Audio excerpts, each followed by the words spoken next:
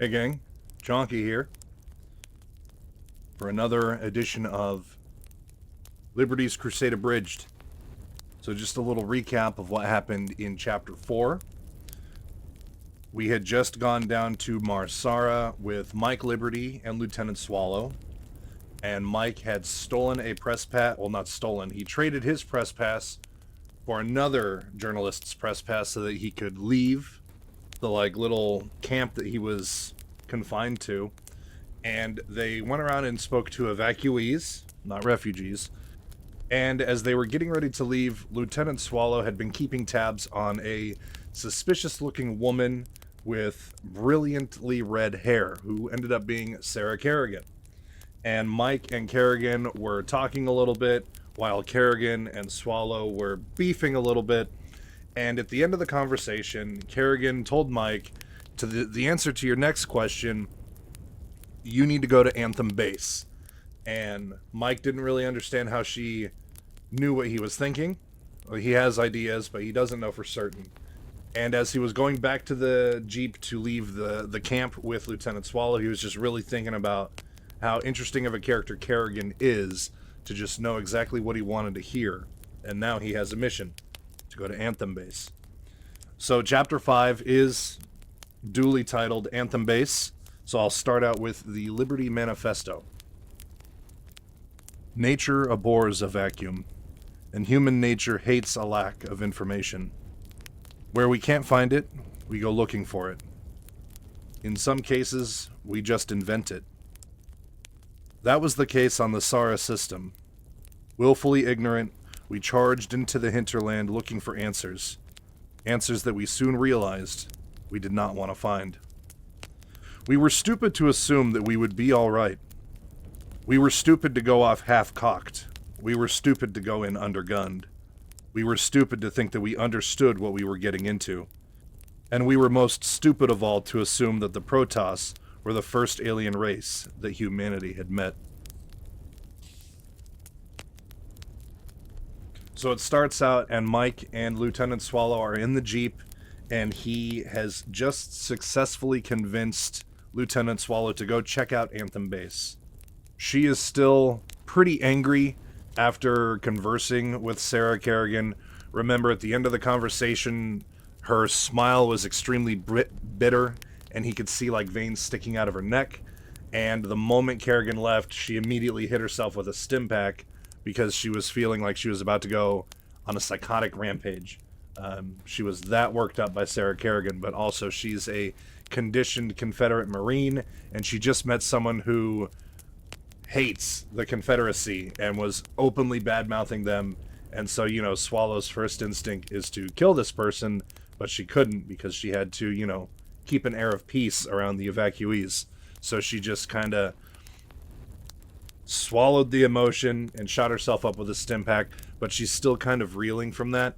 So she's agreed to take Mike to Anthem Base, but she is just completely just stoic. She's wordless, and they're driving, through the plains. There's a rust plume of dust churning in their wake. And Mike is saying that he's certain that the inhabitants of Anthem would see them coming, so there's no sneaking up on whatever is going over there at Anthem Base. And as they get there, they find that the base is empty. It looks like they've evacuated, Mike says as he gets out of the Jeep. Lieutenant Swallow doesn't say anything. She just kind of grunts in approval and gets to the back of the Jeep, and then she opens up this hatch and pulls out a Gauss rifle, which is the standard issue firearm for a Marine, and it fires these massive spikes. So it's not like a bullet like we would shoot. They fire giant spikes that essentially punch through whatever. She asks Mike if he would like the Gauss rifle, and he says no. And then she's like, well, how about a pistol at least? And he still says no. And then he heads for the nearest building. As he's walking around, he confirms that Anthem Base looks like it was an old mining town. It's about a dozen or so buildings just made completely out of wood and preformed construction pods. And now it's 100% a ghost town. There's no livestock, no dogs, no birds, nothing. And as he's walking around, he's like, well, if it's such a ghost town, then why do I get the profound feeling that we're both being watched right now? So the first building he gets to is the claims office. He notices that even though it's abandoned, it looks like the occupants just left, and that there's even blue crystals resting on scales on the countertop.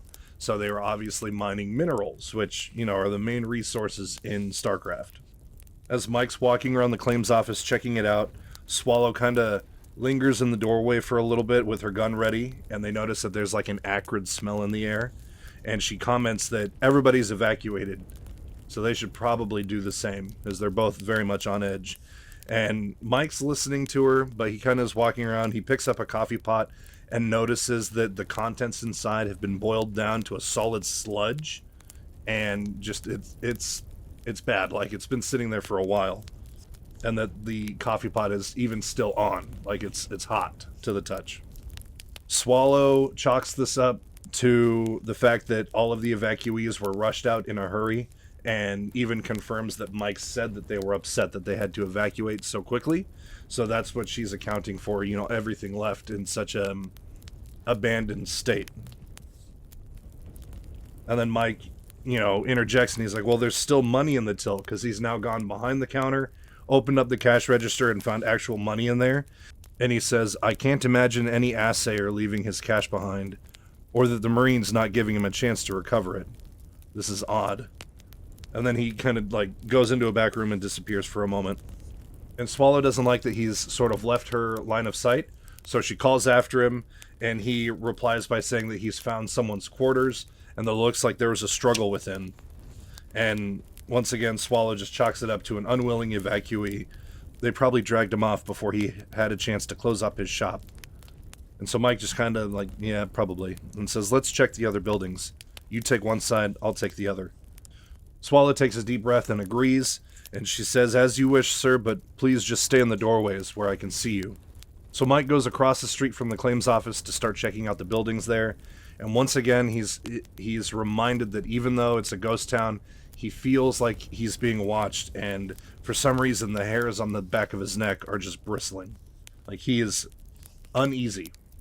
After crossing the street, the first buildings he comes to are some residential structures. Most likely the assayer's office for the claims building, and he comments that they were only recently deserted, or appearing that they were. There's a TV, or a video screen, that's still active in one of the rooms, and it's flickering soundlessly with a bad transmission of a news report. And then he also notices that he sees stock footage of the NORAD 2, probably just like a Confederate news channel. Can't imagine they have, really good satellite TV out on Marsara. He notices a spilled can of beer next to the chair in front of the video screen, and despite himself, Mike was checking to see if there were any cigarettes left behind, because he's got a nasty habit, but unfortunately no smokes this time. He leaves the residency, and the next building is a general mercantile, like a shop, and it looks like it's been ransacked. Bins have been overturned, and products are, pulled out of the racks and thrown all over the floor. It's just a big mess in there. And behind the register, he notices a glass gun case that's been smashed open, and all the guns have been taken out. He thinks back to how Sarah Kerrigan wanted him to go to Anthem Base, and he still is really unsure why. He believes he's being watched. He's seen obvious signs of a struggle, but he's not sure of what it was. If it was people resisting the Confederate evacuation, or if maybe they were fighting like the Protoss or something in this tiny town. So as Mike's walking around, he notices Lieutenant Swallow across the street, and he continues to explore the mercantile, and as he steps farther inside, it says that his foot strikes something crunchy. And as he kneels down, he notices that the floor is covered in some form of mold or a fungus, and it's very dark gray substance. Its edges are very crusty, but it looks extremely elastic and slightly damp, and that it also has a spiderweb pattern of darker bands, almost like it has veins or arteries, like it's alive almost. And at first he thinks that it's something that got spilled, and then some form of native mold from Marsara has taken over and just infested it. He has no idea that this is actually the creep of the Zerg. But while he's examining this fungus or mold, he notices that there's a sound coming from the back of the store, and it's not like somebody going through something. he notes that it sounds like something is sliding on the wooden floor, like he can hear like a drag noise. But as he sort of makes a movement and he himself makes noise, he notices that the noise completely goes silent and it's dead quiet. And at first he thinks, oh, it might be an animal, maybe a snake, or a refugee who's, you know, stayed behind because they just absolutely did not want to abide by the Confederate rules. And while he's kind of looking around, he hears Swallow shouting behind him, trying to get his attention. So he immediately leaves the mercantile, goes back across the street, and getting back, he said, oh, I think there's something strange going on over there in the store. And Swallow cuts him off and says, I found the inhabitants. And as he looks, he can see that the veins in her neck are absolutely massive, like they're pulsing profusely, and he accounts that she just shot up with another stim pack. But now, instead of being angry like she was with Sarah Kerrigan, he notes that her eyes are incredibly wide, the veins are pounding along the scars in her neck, and for the first time he notices a different emotion in her, and it's fear. She is absolutely terrified. She's white in the face, and that fear is eating into her re-socializing. Like, she's beginning to act erratic, way more than when she wanted to kill Sarah Kerrigan. So after Mike examines Swallow in her clearly terrified state, he kind of looks into the building behind her. So he notes that the building has been turned into an abattoir, and that several once human figures are hanging from the ceiling by these thick ropes. They've had their skin and clothing removed, several of their limbs have been taken off, and 3 of them have been decapitated. And coincidentally, there are 3 skulls on the counter of the building, and they've all been cleaned and cut open to reveal the head, or cut open to reveal the brain. And he notates that one of the brains definitely shows signs of consummation, like it's been something has been eating brains in here before they showed up. And as he's watching, he all of a sudden is shocked because he sees like a giant centipede writhing around one of the bodies, like coming from the ceiling. And it's like a huge rust-colored maggot, and it was feeding on the flesh. Now this is the larva in Zerg. Like when you have a hatchery, a lair, or a hive, you have the larvae that come out to spawn into various Zerg units. And this is the larva, and it's consuming the biomass. And as Mike is sort of taken in by this giant bug eating a human, he found that all of a sudden he could not breathe. And for the first time he wished he had stim packs like Swallow, because that might help calm him down, because he is now starting to freak out, and for some reason, he takes a step into the room. He steps on more of the crunchy fungus that he saw across the street. It's all over this room as well, completely coating it, actually. And as he takes his steps into the room, he's not so much concerned about the larva, because the larva is clearly distracted with its meal. It's not paying him any mind. But as he steps in, he freezes, and he feels that something directly in front of him is watching him. And as he starts to back out of the doorway, he turns and goes to say something to Swallow, who is still outside of the structure, very much terrified to her core. And as he goes to talk to her, something darts from behind the bar, and it's so blurry, and in a single impossible leap, it just heads right for the doorway. Now, it didn't hit Mike, and Mike's a little confused at first, because while he was expecting the impact from this blur to hit him, he's thrown to the side and crashes into the floor. And as he twists around to see what's going on, he sees that it was Lieutenant Swallow. She dove in front of this large dog-like creature to save Mike. You know, it kicked in, she saved him. She knows he doesn't have any armor or weapons on him, and she wanted to protect him because he's her charge.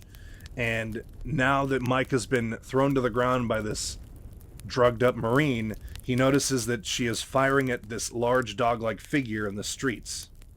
He at first says it's dog-like because it's on 4 legs, but as he pays closer attention to it, he notes that it's skinless, its muscles are showing like in the open, its head is adorned with 2 huge underslung tusks. It's a Zergling, and he even notates that it's patches of orange shaded flesh.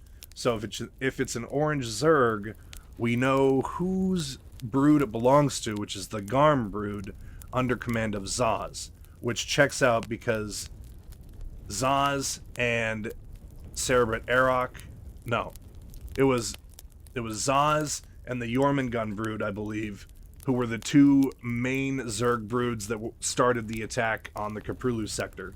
All the rest were protecting the Overmind over on Char. So as Mike is just horrified by this weird creature with tusks and exposed muscles, Swallow is just absolutely filling it full of Gauss rifle bullets, and to the point where it's dead, it's flailed onto the ground, and she is just screaming and just unloading round after round after round into its hide until it's literally a bloody pulp, and Mike has to stop her. He like grabs her. It's dead, Lieutenant Swallow. Quit firing. And she let go of the trigger, and then she kind of like, she like blinks and like sweat's rolling down her face, and the sides of her mouth are foaming a little bit because she's so agitated and just losing her mind. She was breathing incredibly heavy, and even though she has stopped firing her Gauss rifle, her free hand reaches for her knife, still to like be ready to defend herself. And she takes a moment and speaks aloud finally. She says, "Sweet Mother of Christ, what is that thing?" And Mike doesn't even want to entertain the thought. He just tells her, "Back to the Jeep. We gotta get reinforcements. We'll have them send armored troops. Come on." And then as he goes for the Jeep, he notices that Swallow is still just kind of sitting there with the knife, staring at the dead Zergling. He says, "Lieutenant, that's an order, damn it!" And this stern order triggers the resocializing in her brain, and she's immediately brought back to the present moment, and goes with Mike back to the Jeep so they can get the hell out of Anthem Base. and Mike notes that after she regains her composure and they start to head back, she runs way faster than he does, and she starts to eventually ditch him as they run towards this Jeep. And as they're running towards the Jeep, they notice a lot of movement in the background of the buildings, and more of those dog things, he says, were coming through doorways, leaping over any obstruction. They're just heading right for Mike and Lieutenant Swallow. Mike's really worried that they're going to hit them from behind, because as they're catching up to him, he says, "Oh, these things can leap. They're faster than us. They're going to catch us. They're going to take us down from behind." And as he's thinking this, the creatures kind of hang back a little bit. And as Mike and Lieutenant Swallow get to the Jeep, they notice that something else is there, and it rises up from behind the vehicle. And at first, Mike thinks it's a giant snake with an armored head that flared out backwards in a broad frill of bony chitin, like a prehistoric lizard's.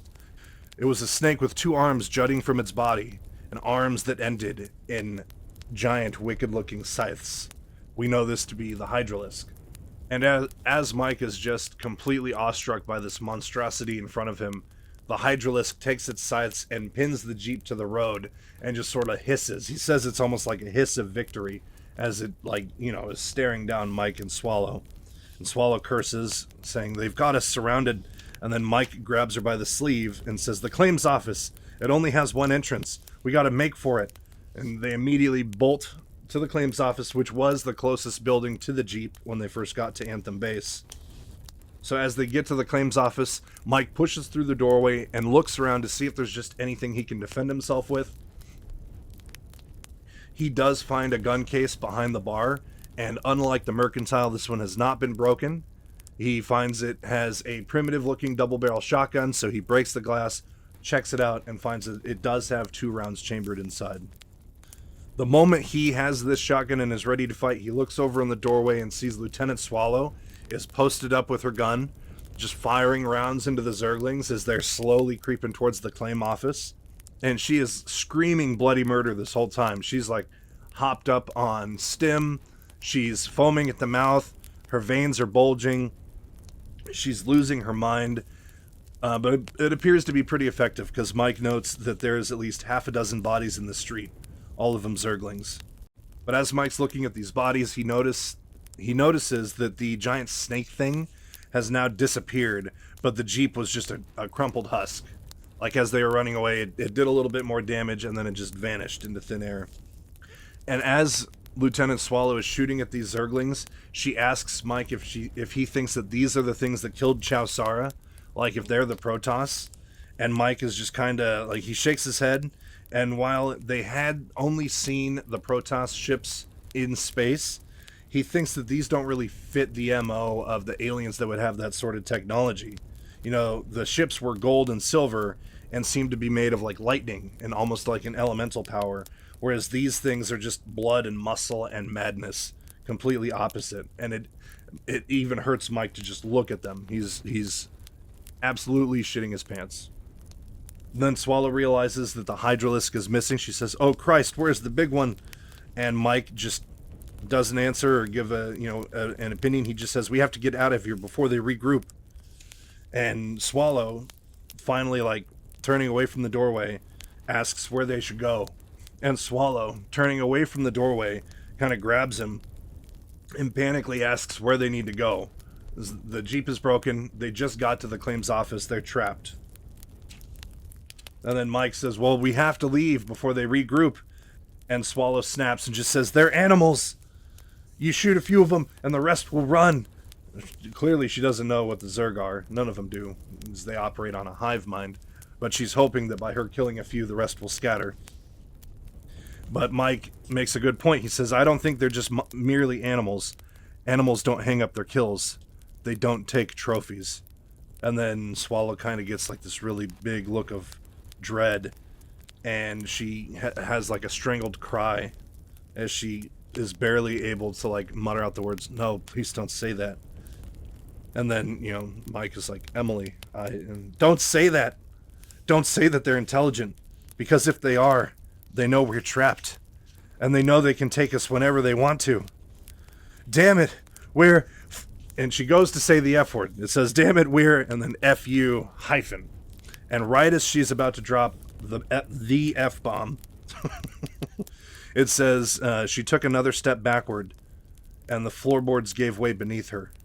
She let out a strangled scream, and the gun fell from her hands as a pit opened beneath her feet. From deep within the pit, there was the sound of angry chittering. Swallow twisted as she fell, grabbing the floorboards to break her fall, and the chittering grew louder. So she's... a massive hole has opened up in the middle of the claims office, and instead of falling completely in, she's done like the classic, like, she grabs onto the floorboards at the last second, so you just see like here and up. And while she's trying to like climb back up, Mike is like reaching out to her. He's like, "Emily, grab my hand." And she just like brushes him off. "Get out of here, Liberty. Oh my God, they're right beneath us." And while she's like struggling, she reaches for her combat knife somehow. Yeah, it says from her free hand, she grabs her combat knife. And then Mike's just like, "Emily, come on, take my hand. We can get out of here." She said, "Someone has to get back to them. Someone has to let them know they're going to attack from above as well. Get going, hump it back to camp. Warn people." And then he's like, "I can't leave with..." as he's like trying to say he can't leave without her. She says, "Move. That's an order." And now she's like snarling at this point. Mike says that he believes her resocialization has shattered. And now she's letting out feral screams and swinging with a knife, like a creature backed into a corner about to die. Mike takes a step back, and as he turns to leave from the claims office, he notices there's a giant shadow already like mid-flight towards him, and Mike has that shotgun and instinctively just pulls the trigger, and he's immediately splattered by ichor of the exploded dog thing. So he murked that Zergling. It's dead. So he runs out of the claims office, doesn't look back. He throws the spent shotgun aside because it only had those 2 chambers, and he heads towards the Jeep. He knows that Lieutenant Swallow pulled out that other Gauss rifle and left it in the back of the Jeep, so he thinks if he can get there, he can defend himself and find a way to make it back to one of the camps so he can let the authorities know.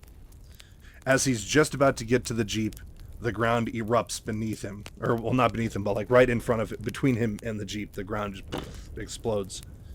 And the armor-headed snake thing, the Hydralisk with the scythe arms, had been waiting for him. Mike sprawled out of the way of the eruption and started crawling backwards, classically, like he's probably peeing his pants right now. and he was trapped in the creature's eyes, like it was staring him down and he could not move. The luminous yellow eyes were set deep beneath its armored carapace. And Mike notices that there was intelligence. It wasn't like the Zergling, but there was intelligence in those eyes, and hunger. But nothing in there truly resembled a soul. So as the creature rises up, it's towering over the Jeep. It's ready to leap towards Mike. He throws his arms up and he starts screaming. And as he is screaming, his screams are immediately drowned out by the sound of Gauss rifle fire. As Mike hears this Gauss rifle fire, he pulls his hands away from his face and sees impact after impact on the Hydralisk as it's writhing in pain. It's shrieking, it's shooting spikes from its head, but not necessarily at anything in particular. It's just kind of shooting as like a defense mechanism, trying to defend itself. And as it is getting shot, one of the Gauss rifle rounds strikes the Jeep and ignites the fuel. And the Jeep goes up in flames like it's an 80s action movie and immediately destroys the vehicle, but also lights the Hydralisk on fire.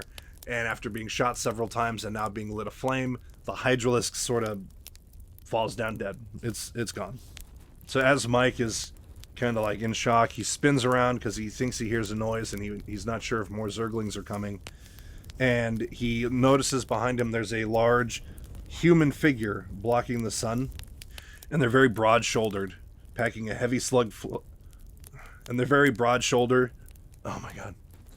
And they're very broad-shouldered. They have a heavy slug thrower on their belt. And at first Mike thinks that it's someone from Lieutenant Swallow's unit. And that somehow she had gotten a call out while she was fighting in the basement of the claims office. But as his vision clears, he realizes that the figure was not in a Marine uniform. The pants were buckskin leather. They're very, like, beat up and rough, like well-worn pants. He's wearing denim. It's neat, but it definitely looks old and faded, like he's only been wearing this shirt for years, probably. And that he has a lightweight combat vest. None of the Marine armor suits that we've seen so far. He's just in regular clothes. And as he's kind of taking it all in, there's a voice kind of distracts him. He says, "You all right, son?" And the silhouette holds out a hand. Mike grabs the hand and is helped up to his feet, and the figure's voice sounds distant and tinny in his ears because he's just still, like, he was right next to that Gauss rifle going off, so he's definitely going to have some tinnitus. He says, "Fine, I'm alive, I guess. You're not a Marine?" And he could see the rescuer's face now. It's definitely an older man, sandy blonde hair, and a neatly trimmed mustache and beard. And when I say older, I don't mean like 60. I mean like late 30s, something like that. And the figure spat into the dust. He says, "I'm not a Marine. I guess I'll take that as a compliment. I'm the local law in these parts. Marshal Jim Raynor." So Mike, goes to shake his hand. "Michael Liberty, UNN, Tarsonis." He says, "Oh, you're a newsman. Oh, kind of far from home, aren't you?" And he says, "Yeah, we were checking out a report on..." "Oh, God. Swallow. We have to get to the lieutenant." And so he, runs away from Raynor and heads over to the claims office. And as he gets through the door, he sees that Swallow is, face down. Like, she's still hanging onto the floorboards, but she's just kind of sitting there. And one hand is gripping her combat knife, and the other hand is has a death grip on the floorboards. And as Mike is going to save her, Raynor is just lets out a "son," to try and get his attention. And Mike's not there. He's ignoring him. He says, "Come on, give me a hand here. We have to haul her up." And oh God! And he notices that as he's pulling Lieutenant Swallow up from the hole, it says, "Lieutenant Emily Jameson Swallow no longer existed below the waist. Her flesh ended in stringy tatters of meat, and a few vertebrae dangled from a torn spinal cord like beads on a broken string." And Mike just kind of, falls backwards and, oh God, and lets go of the body. And he says that you can hear the sickening slick slide of the body over the edge, and then it thuds onto the ground. And then as it hits the ground, you can hear something moving around. Probably a larva or maybe a Zergling just trying to not die, but also eat Lieutenant Swallow. So Mike immediately falls to his knees, and he just starts vomiting profusely. He puked his guts out, then a second time, and a third, until all he had left was dry heaves. His head spun, and he felt as if something had sucked all the blood out of his brain. And as he's sitting there puking his guts out, Raynor says, "Not to interrupt or anything, but I think we need to go. I think all I did was take out one of their officers. Frag and the captain, if you take my meaning. They're regrouping. We better go. I got a bike outside. I'm sorry about your friend." And then Mike, gets up, and he's, still kind of sick. And then he just kind of takes one look back in the room, and he says, "Yeah, me too." And that's the end of chapter 5. Yeah, that's the chapter we're on. So chapter 6 is called Creeps, and I'll read the Liberty Manifesto. War is easy to understand on paper. It seems so distant and academic in black and white. Even the vid reports have a cool, detached manner that keeps the viewer from understanding how horrible it really is. This is nothing more than a sanity filter, allowing those that take in the information to separate the reports and numbers from the awful reality. It's why those who lead armies can do all sorts of terrible things to their troops that no sane man would think of if he had to look them in the eyes, which is one reason they don't. But when you're confronted with death, when you're confronted with having to deal out death or die yourself, then everything changes. The filters drop away, and you have to deal with the insanity directly. So now at this point, Raynor and Mike are on Raynor's Vulture, or they're getting to his Vulture hover bike, and they're looking to leave Anthem Base because, as we just found out, shit went down. Lieutenant Swallow's dead. As Raynor's getting onto his Vulture, he kind of fills Mike in. He says, "They call them the Zerg. The little ones are called Zerglings. The snaky one we blew up is called a Hydralisk. They're supposed to be slightly smarter than the small ones." Mike's still in a state of shock, as he just puked numerous times. He says it still feels like he's been gargling garbage water, but he's able to choke out the words, "Who calls them those things? Who named them the Zerg?" And Raynor replies, "Oh, it was the Marines. That's where I heard it from." And Mike says, "Figures. Those Marines mention anything about something called the Protoss?" And Raynor replies, "Yep. They have shining ships, and they're the ones that blew up Chowsara. May be coming here too, I understand. That's why everyone is beating feet for the exits."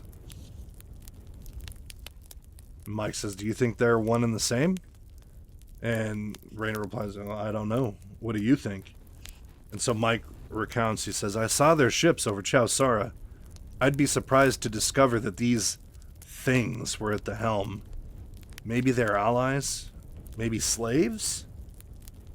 And then Raynor's like, "It's possible, but it is better than the alternative." And what's that? That they're enemies.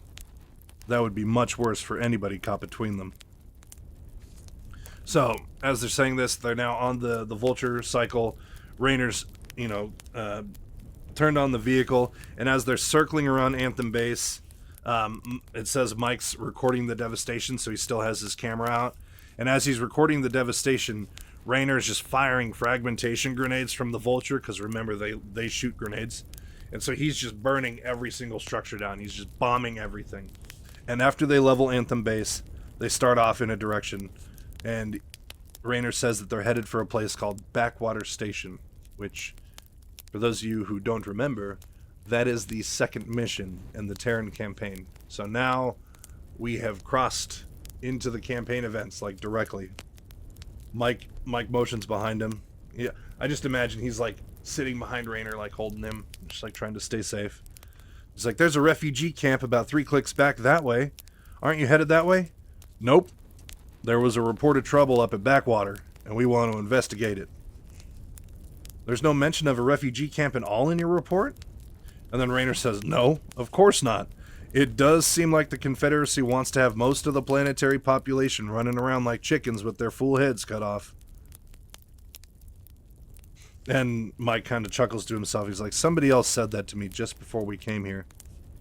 And then Raynor just kind of approvingly says, Whoever told you that has his head screwed on right. So after that, it's just kind of silence between them. They just take off right towards backwater. He notices, or he talks about the sound of the humming, the onboard computer just kind of like, putting out data, because the sensors got to keep the Vulture about a foot off the ground, and it just effortlessly flies over small boulders and little shrubberies.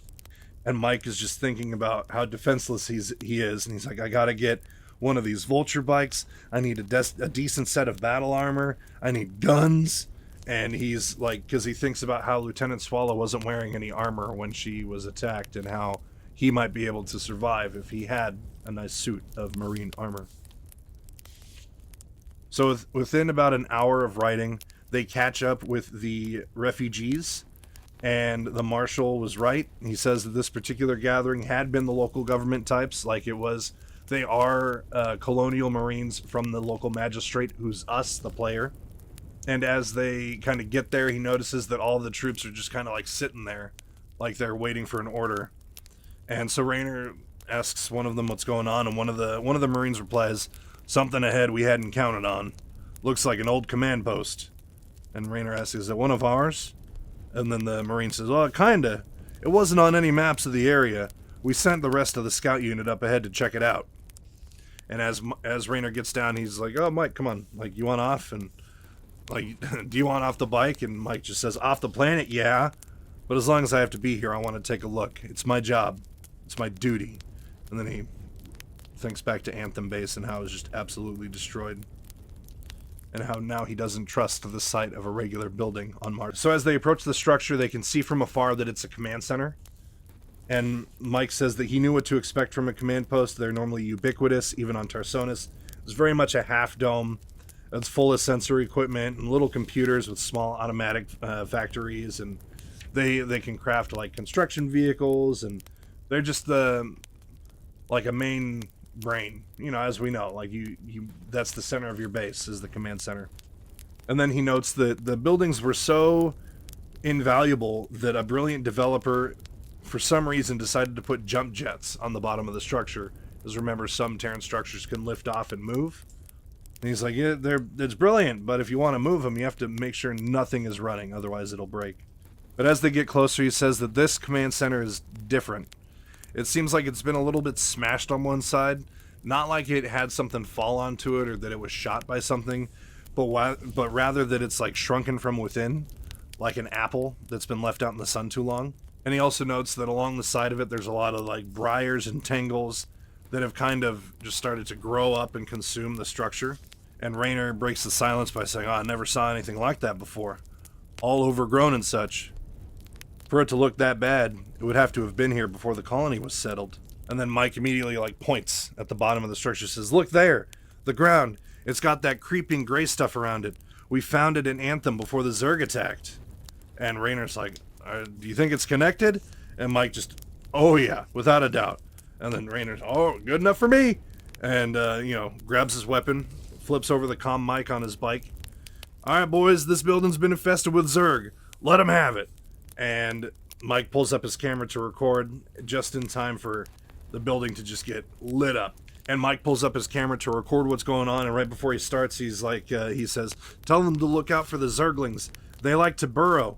And right as he was telling Raynor to warn the guys, in front of the command center, there's just a big, like, commotion, and a double handful of skinned dog creatures, so a whole bunch of Zerglings, just immediately erupt and charge the Marines. But since they already have their guns trained on the structure, they're all wiped out, like, almost in an instant. They don't stand a chance. They're turned into pulpy husks, and then immediately the soldiers begin firing on the structure. Grenades are lobbed inside, and the building is just absolutely leveled. And as Raynor is like on his Vulture firing grenades into the command center, he looks over at Mike, who's still got the camera up. He says, "You getting all that?" And as he's just, absolutely laying waste to the structure, Mike's like, "Yeah, now I need someplace to patch in for a report." And then Raynor smiles. He's like, "I told you this band of refugees are government types. If anyone has a decent comm system, it'll be them." And for his credit, Raynor was right. You know, the refugees have a really good computer, at least for their times, it's a really good computer. And Mike immediately gets to work typing up reports. He has to do one that is obviously censored for the military, so he like leaves out certain things, but he really tries to focus on like the local militia types fighting back the Zerg, because he thinks that the Confederacy will really like this sort of like propaganda of like fight the good fight type of thing. But then we also know that he has that second disc that he has all of the real nitty-gritty information on. So as Mike finishes both of these stories, he submits the censored one. He just sends it up into space, you know, where whoever will receive it and they'll get it published for him. And he immediately goes and finds Raynor, because one thing he really wants right now is coffee. And Raynor notices that Mike still looks pretty troubled. He's like, "Are you okay?" And Mike shrugs it off. He's like, "Oh, hold up. Writing really helps me work through it." And Raynor's kind of like, "Well, you have seen death before, right?" And Mike kind of shrugs it off. He says, "On Tarsonis, sure. Random shootings, suicides, gang hits, and auto accidents. Even some things that would rival those bodies hung up in the tavern. But I'll admit, never anything like this. Definitely not like the lieutenant." And Raynor's like, "Yeah, it's tough when you were talking to the victim moments before it happened, too. And when it's sudden, and just so you know, the answer is no. Her death wasn't your fault." And Mike's like angry now. He's like, "How could you know that?" Because he had just been thinking that. And, you know, I'm sure he feels guilty. It was his idea to go to Anthem Base. And subsequently, that's what got Swallow killed. "I know because I'm a marshal. And while I've never seen anything quite like Anthem Base, I've been in situations where some people live and some die. And the living feel guilty about still being alive afterwards." So Mike just kind of sits. He's like, "Well, what do you recommend then, Dr. Raynor?" And Raynor just, you know, pretty much what you're doing. Get on with your life. Do what you have to do. Don't get strung out. You got rattled, but you're shaking it off. And then Mike's like, "Yeah, and actually, speaking of getting on with life, there's one thing I've been meaning to do, and that's learn to use combat armor. I passed on the chance when I was flying around with the fleet, and I've been regretting it ever since. Seems like it might be a survival skill around here." And Raynor agrees. He's like, "Yeah, that it is. And I think we actually have a spare 200 level suit." Which, reminder, the current Marines wear the CMC 300s. So this is a very dated model. And he says, "We got a spare 200 suit lying around, and we're going to be encamped here until we hear from the Marines. Now's a good time to learn." And so they go get the suit, and it says here about a half hour later, Mike was suited up outside the tent. He's still trying to get it situated. He says he knew that it took Swallow only 3 minutes to put on her suit, and it took him about 30. So he's definitely like feeling it, and it's like, man, I should not have passed this up. And he tries walking around. The suit itself was similar. Like, it's an older model, but it's still very similar to the 300s. It is invulnerable to small arms fire. Like, if we were to shoot a gun nowadays at it, it would be impervious to it. Things like Gauss rifles, the giant spikes, they still punch through it. But it also had limited life support, which is a little different from the CMC 300s, which are completely set up for full space travel, so they can exist in the vacuum of space in the 300s, whereas the 200 just has like life support capabilities. But the suit is packed with some nuclear, biological, and chemical shielding. It's an antique. Like, this thing is dated. Mike's observing that with the suit on, he looks about a full foot taller than he was before. And while his balance is really shaky, there's computers that stabilize the suit for him so he's able to stand upright. It is a bit tight in the crotch, but Raynor shows him where a lever is that's like a foot support. I'm just imagining like Red versus Blue, the dongle on the armor, if you guys have seen that. But after flipping the lever, the foot supports come in, and it's no longer riding Mike's crotch. But the shoulders are absolutely massive and overhoused. It has a lot of ammunition reloads and sensor arrays packed in. There's even an AC unit that's installed. And as he's like trying to move around, he notices that it's really tight around his limbs. And Raynor confirms, well, the tight spots are just part of the salvage system. If you take a big hit to an arm or leg, the suit seals off in a tourniquet. One piece goes, but the rest survives. And then Mike's like, oh, well, it also feels like there's hollow spots under my arms. And Raynor confirms that that's where they store stim packs, but since these are like salvaged pieces of armor, they don't get the good stuff. Stim packs are pretty much only for Confederate Marines because they're expensive. So after Mike, takes in the entirety of this suit and, looks at all the doodads and all the cool stuff that's going to keep him alive in the battles to come, Raynor tells him he needs to teach him how to walk. And it does take a little bit. His balance is very shaky. Don't mind my real legs coming out from behind the fake legs. These are my fake legs, or these are my real legs. Don't worry. But Mike is like stumbling, and he's just not doing good. He even sees some other militiamen pass like a couple bucks to each other, like they're betting on if he'll make it or if he'll fall over. And Mike is just like, God, I'm so glad I didn't make fun of the Marines on the NORAD 2 who were newbies. Because he's feeling incredibly embarrassed. Because these guys are all like hardened veterans compared to Mike. And he's just doing his baby steps in this armor. So now that Mike can move around, at least somewhat, like he's able to walk a line. He can go from point A to point B in this armor. Raynor hands him a Gauss rifle and he's like, all right, take a shot at that boulder. And Mike at first is really confused. And he's like, well, how does this suit handle recoil? And Raynor turns to the other guys. He's like, see, I told you he was smarter than he looked. You just got to brace yourself. You go into a broad-legged stance, and the suit knows the maneuver. It compensates along the gun arm. Takes care of the rest. So Mike kind of looks at a boulder and just unloads on it. And a volley of spikes erupts across the boulder, scattering, like, it peppers it, and chunks of rock and debris fly everywhere. And Raynor's like full cheese, and like he's very happy. He's like, oh, not bad. That's one rock that's going to think twice about attacking good, God-fearing people. And now Mike is just like, he's just so relaxed or as relaxed as he can be, because now he has a suit of armor. He knows how to fire a gun in it. The suit does protect him from a lot of stuff. It's not impervious, but he feels just so much more safe, especially after everything that he just witnessed. So it cuts forward to late the next day, and Mike and the gang are waiting for Confederate dropships to evacuate them. And Mike hears like this shriek through the clouds as he looks up and he sees these orange-covered dropships that just pierce through the clouds, and they land in a perimeter around the encampment. And as the troops come out of the dropships, Mike says he sees several Marines in full armor.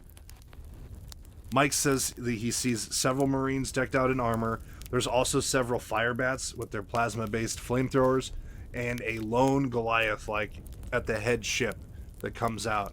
And they all surround the encampment. And they all slowly start to close in. And as they encounter militia troops, they ready their weapons, and they're like, "You need put down your weapons and surrender, and we will get you off planet." They're not effing around. So as Mike sees that these soldiers are encroaching on them, he like goes to get Raynor, and as he's getting to the tent, he hears shouting, "Are you out of your damn mind? If we hadn't burned down that damn factory, this entire colony could have been overrun. Maybe if you hadn't taken your sweet time in getting here." And then another voice cuts in. "Now, I asked you nice the first time, boy." And it's a very familiar voice. Mike's soul recognizes it immediately and knows that it's Colonel Duke. "I didn't come here to talk with you.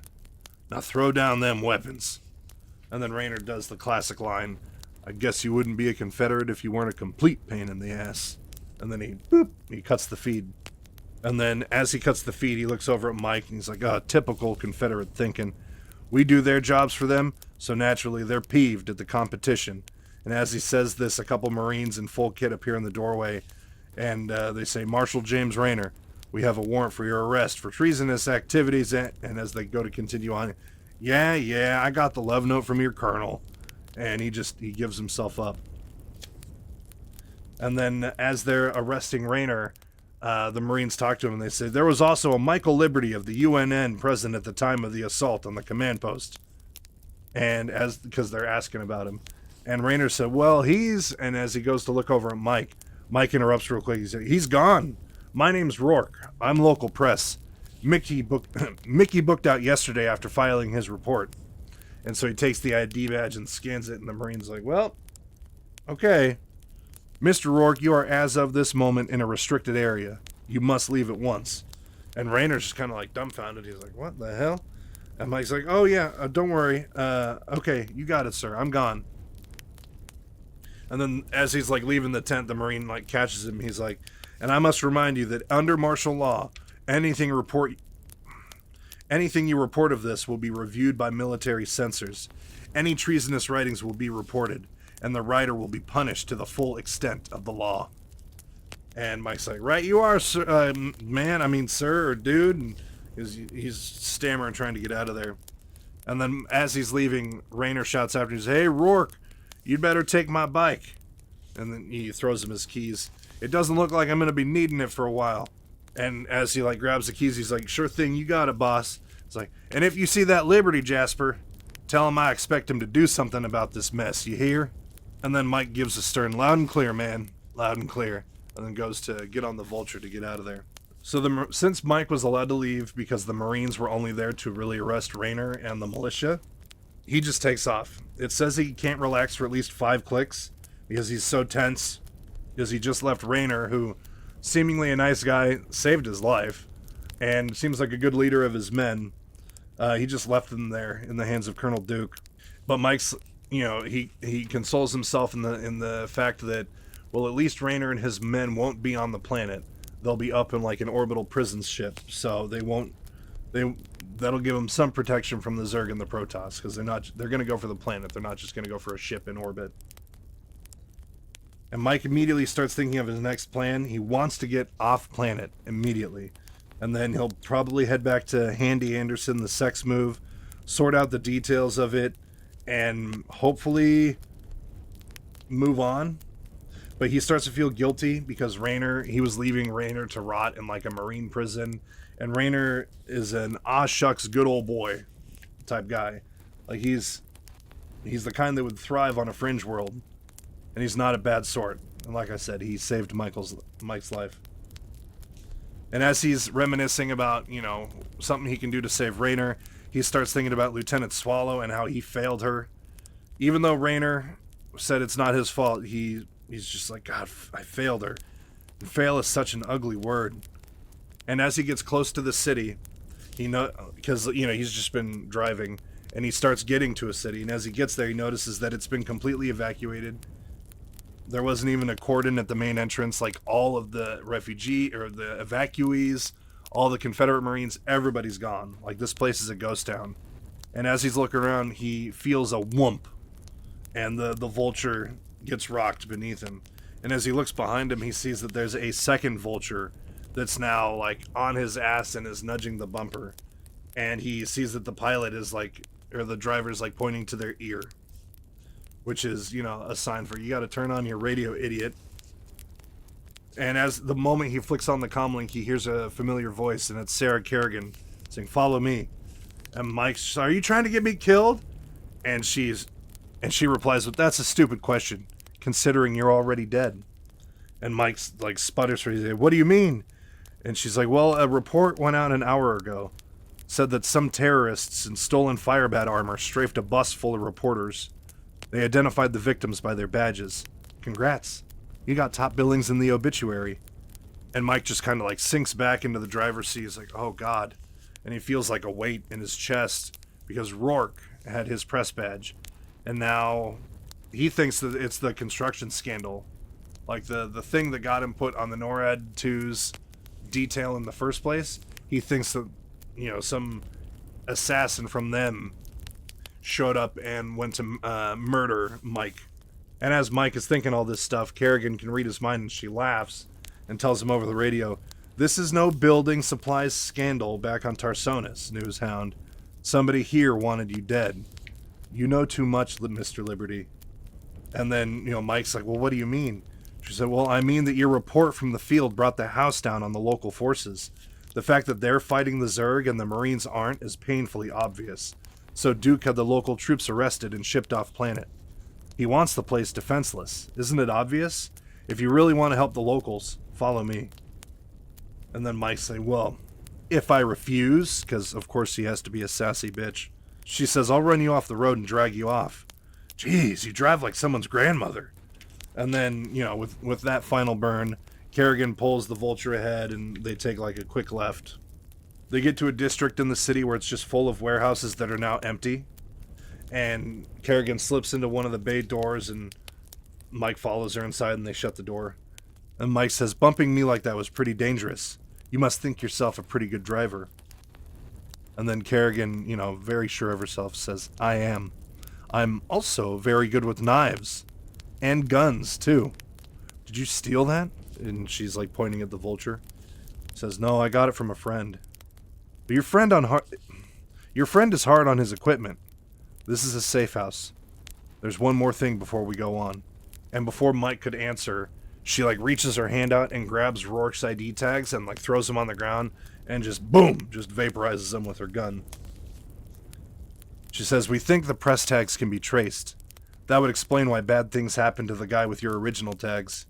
Eventually they'll figure out that they left a reporter alive and they'll come after you then. Now come back here. I have to set up some equipment.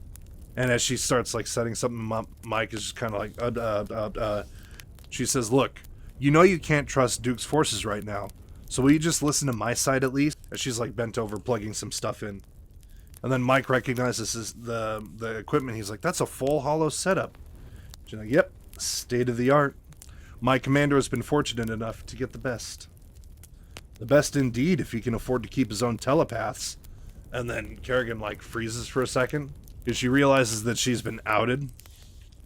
And then she immediately like, you know, smiles. Yeah, well, I don't do enough to hide that, do I? And then Mike said, well, I was willing to buy that you were being a big fan of mine back at that camp, but just happening to find me while I was coming into the city, well, that was a bit too much to believe. And I thought that only the Confederate Marine ghost troopers were telepaths. She says, yeah, I did that job once.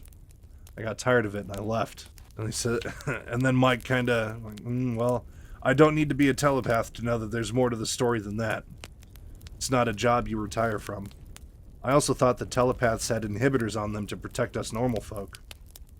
And she kind of responds with like a bitterness in her voice. She says, it's the other way around. The inhibitors also keep your nasty little thoughts out of my mind. It's tough when you know everyone around you is untrustworthy at some level. And then she gave Mike like a hard look. It's like, the bathroom's in the back corner. No, it doesn't have a window you can sneak out of. I don't want to shoot your knees out to keep you here, but you know I will. And then Mike just kind of, why me? She's like, because, you idiot. You're important to us. Now powder your nose and get back here. So he goes and, you know, pees and poops a little bit and comes back, and Kerrigan has the full hollow setup completely ready. And before he can say anything, she says, it's not, you know. And then Mike finishes his thought out loud. Not an advantage to a reporter to read minds? She says, no. Most of what I get is off the surface, and even that is usually pretty slimy. Animal needs and all that crap. And secrets. Damn it, my entire life has been filled with secrets. It gets real old, real fast. And then Mike feels bad, so he's like, oh, I'm sorry. But then it's like, as he says sorry, he's like, I don't know if I mean that or not. And then Kerrigan says, yeah, you meant it. You just don't know you meant it. And no, I don't have any cigarettes. Anyway, here we go. And she flips a switch, and then she taps on the microphone a little bit.